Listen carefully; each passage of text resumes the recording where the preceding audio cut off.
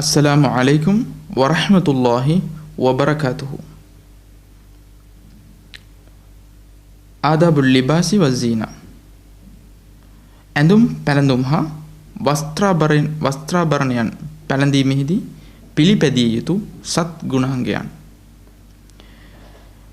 හිතවත් සහෝදරවරුනි, සහෝදරියනි, පුද්ගලයෙකු තමන්ගේ රහසඟ වසා ගැනීමට දෙවිදුන් විසින් ලබා දෙනු ලැබූ දායාදයක් තමයි ඇඳුම් පැළඳුම්.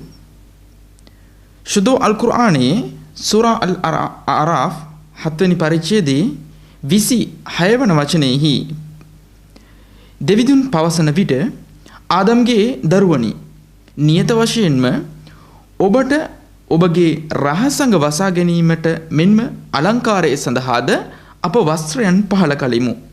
එය සත්‍ය දෙවිදුන් වන අල්ලාහ්ගේ පැවැත්ම විදහා දැක්වෙන සාධකයන්ගෙන්ය. එමගින් ඔවුන් අප ගැන දැනගැනීමට පෙළඹෙනු ඇත.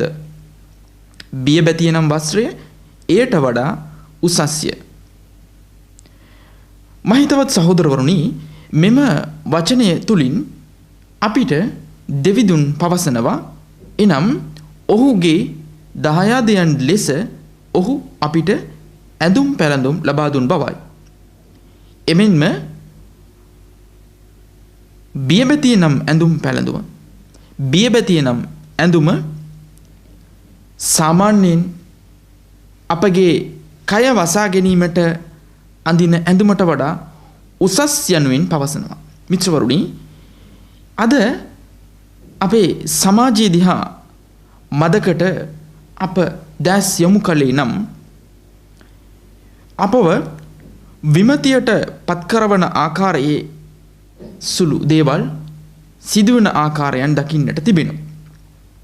සාමාන්‍යයෙන් ඉස්ලාම් දහම ඒ අනුගාමිකයන් හට පවසන ආකාරයට පිරිමින් අනිවාර්යෙන් වැසිය යුතු ප්‍රදේශයන් හැටියට හඳුන්වා දෙන්නේ පිරිමියෙකුගේ ඉනේ සිට ඔහුගේ දනිස් දක්වා වුණු ප්‍රදේශය. මේ ප්‍රදේශය අනිවාර්යෙන් ඔහු ආවරණය වනසේ ඇඳුම් ඇඳිය යුතුයි. නොහොත් අවරතිය යනුවෙන් හඳුන්වා දෙනවා.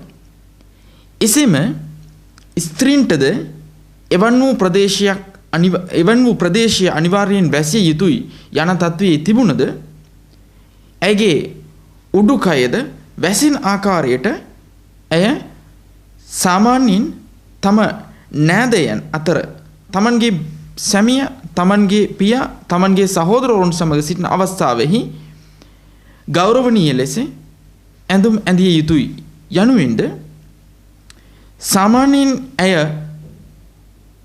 පාර මග තොටේ ගමන් කරන විට ඇයගේ මුහුණත සහ ඇයගේ අත් දෙකෙහි අල්ල හැර අනෙකුත් සියලුම ප්‍රදේශයන් වැසෙන ආකාරයට ඇඳුම් ඇඳිය යුතුයි යනුවෙන්ද අවධාරණය කරනවා.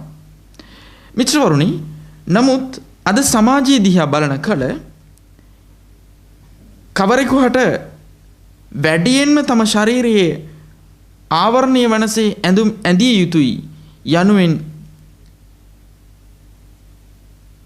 පවසන්නේද ඔවුන් හැකි තරමින් තමන්ගේ ශාරීරිය නිරාවරණය වෙන ආකාරයට ඇඳුම් ඇඳීමට කැමැත්තක් දක්වන ආකාරයක් දකින්නට තිබෙනවා.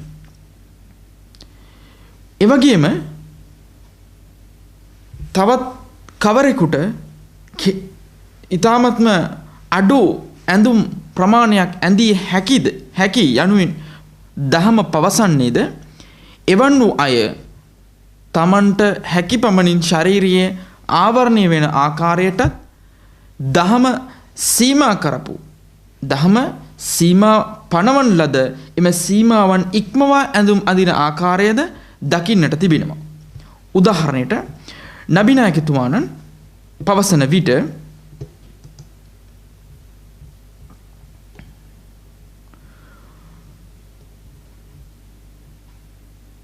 නබි නායකතුමාණන් පැවසූ පුවතක් ගැන අබූ හුරේරා රදියල්ලාහු අන්හු තුමාණන් මේ විදියට වාර්තා කරනවා. එනම් සින්ෆානි මින් අහ්ලින් නාර් ලම් අරහුමා قوم معهم صياط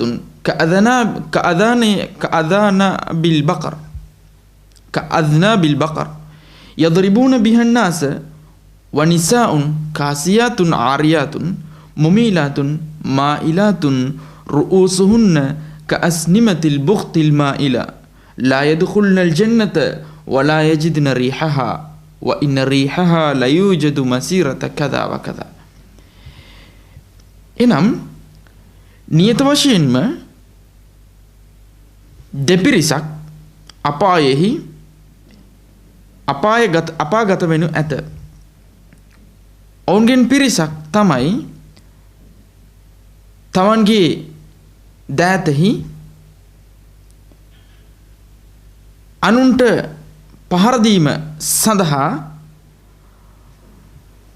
ගවයින්ගේ වලිගෙමින් කොටසක් තමන්ගේ දෑතෙහි තබාගෙන සිටින්න. තමන්ගේ දෑතෙහි තබාගෙන අනිත් අයට ගහන පුද්ගලයන්. සාමාන්‍යයෙන් අප ඒ වගේ දේවල් දකිනවා. ඒ වගේම තමයි තවත් පිරිස් අනිත් ඊළඟ පිරිස ඔවුන් තමයි වනිසාඋන් කාසියාතුන් ආරියාත්. සමහර ස්ත්‍රීන් පැලඳ ඇඳුම් ඇඳගත් අය. නමුත් ඔවුන් තමන් ඇඳුම් ඇඳගත් ඇඳුම් නොපැළඳගත් අය යනුමින් නබි නායකතුමා පවසනවා. මේ අය කිසිම කවදාවත් ස්වර්ගයේ තුලට ඇතුල් නොවන්නේය යනුවෙන් නබි නායකතුමා පවසනවා. මහිතවත් සහෝදරවරුනි, අද ස්ත්‍රීන් හැකි තරමින් තමන්ගේ ශරීරයේ කොටස් නිරාවරණය කරමින් එතුලින් සතුටක් ලබන ආකාරය දකින්නට තිබෙනවා. මේ දේ හරිද වැරදිද යනුවෙන් තීරණය කිරීමට නබි නායකතුමාගේ මෙම මඟ පෙන්වීම ප්‍රමාණවත්. වරක් නබි නායකතුමාගෙන් සෆියා රදියල්ලාහු අන්හු තුමිය වාර්තා කරන පුවතක එතුමියට උම්මු සලමා නබි නායකතුමාගේ භාර්යාවක් දැනුම් දුන් පුවතක් ගැන ඇය වාර්තා කරන්නේ මේ විදියට. එනම් වරක් නබි නායකතුමා පැවසුවා ඉසාරතුල් මුමිනි ඉලා අන්සාෆි සාකයිහි. විශ්වාසවන්තයෙකුගේ ඇඳුම ඔහුගේ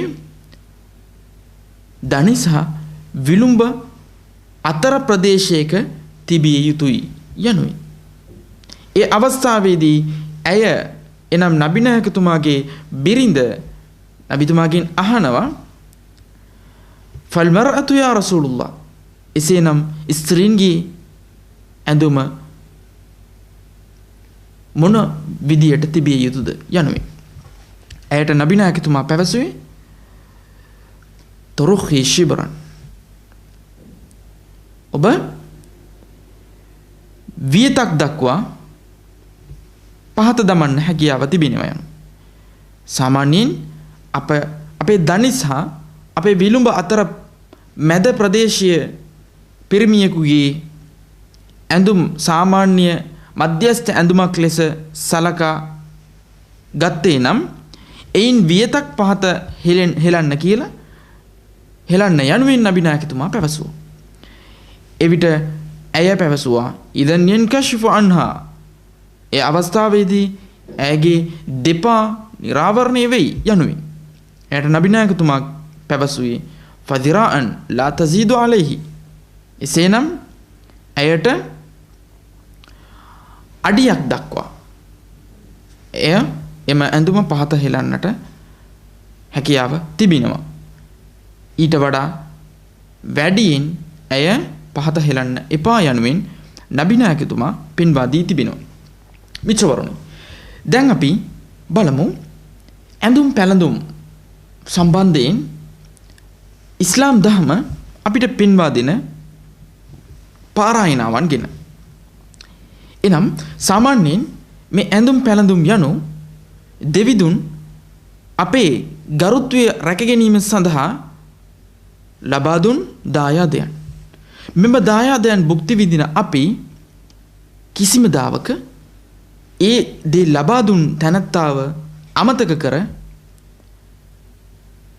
ඒ දේ භුක්ති විඳීම හොඳ පුද්ගලයෙකුට තිබිය නොයුතු ලක්ෂණයක් හැටියටයි අප දකින්නේ. එනිසා අනිවාර්යෙන්ම මෙවන් ප්‍රාර්ථනාවන් අප ප්‍රාරායනා කිරීම දෙවිදුන්ට ස්තුතිවන්ත පුද්ගලයෙක් හැටියට ජීවත් වීමට ඉඩ සලසයි. පුද්ගලයෙක් සාමාන්‍යයෙන් ඇඳුමක් පළඳින අවස්ථාවේදී ඔහු පැවසිය යුතුයි අල්හම්දුලිල්ලාහිල්ලදි කසානි හාදා වරසකනීහි මින් ගෛරි හවුලින් මින්නි වලා කුවා. අල්හම්දුලිල්ලාහිල්ලදි කසානි හාදා වරසකනීහි මින් ගෛරි හවුලින් මින්නි වලා කුවා. එවැගේම සමහර අවස්ථාවන් වල අප අලුත් ඇඳුම් අඳින්නෙමු. එවන් අවස්ථාවන් වලදී අපි පැවසිය යුතුයි අල්ලාහුම්ම ලකල් හම්දු අන්ත කසෞතනීහි අස්අලුක මින් ඛෛරිහි ව ඛෛරි මා සුනිअ ලහු ව අඌදු බික මින් ශර්රිහි ව ශර්රි මා සුනිअ ලහු යනුවෙන්. එවැගේම අපේ ශාරීරික ආවරණය කරගෙන තිබෙන ඇඳුම් ගලවන අවස්ථාවේදී පැවසිය යුතුයි බිස්මිල්ලා යනුවෙන්. එවැගේම අලුත් ඇඳුමක් ඇඳගෙන එන පුද්ගලයෙක්ව දුටු අවස්ථාවේදී ඔහුට සුභාශිංසනීය මේ විදියට අපි ප්‍රාර්ථනා කළ යුතුයි. එනම් ඉල්බස් ජදීදන් ව ඉෂ් හමීදන් ව මුත් ශහීදන් යනුවෙන්. එවැගේම ඕනෑම අවස්ථාවක දකුණු පැත්තට ප්‍රථම ස්ථානය මුල් තැන ලබා දීම කෙරෙහි නබි නායකතුමා ගොඩාක් කැමැත්තෙන් පසු බව ආයිෂා රදියල්ලාහු අන්හා තුමාණන් වාර්තා කරනවා. පොතක සඳහන් වෙනවා. ඒ ආකාරයට අපි ඇඳුම් පළඳින අවස්ථාවෙහිදී එවැගේම සෙරෙප්පු වෙන යම් ඕනෑම දෙයක් පළඳින අවස්ථාවෙහිදී මුල් තැන ලබා දී යුත්තේ දකුණු පැත්තට. මෙම කාරණාවන් සමග අප ඔබට පවසන්නේ පුද්ගලයෙක් හැටියට දෙවිදුන්ට ස්තුතිවන්ත ලෙස ජීවත් විය යුතුයි. ඒ ස්තුතිවන්ත ලෙස ජීවත් වීම කියන කාරණාව සෑම අවස්ථාවෙදීම තහවුරු කිරීමට අපි උත්සාහ කළ යුතුයි. ඒ විදියට අපි කටයුතු කරමින් දෙවිදුන්ගේ ආශිර්වාදය, දයාව, කරුණාව ලබා ගැනීමට උත්සාහ කරමුයි යනුවෙන් පවසා මෙම මාතෘකාවට තිත තියන්නෙමි. අස්සලාමු අලයිකුම් වරහ්මතුල්ලාහි වබරකාතුහු.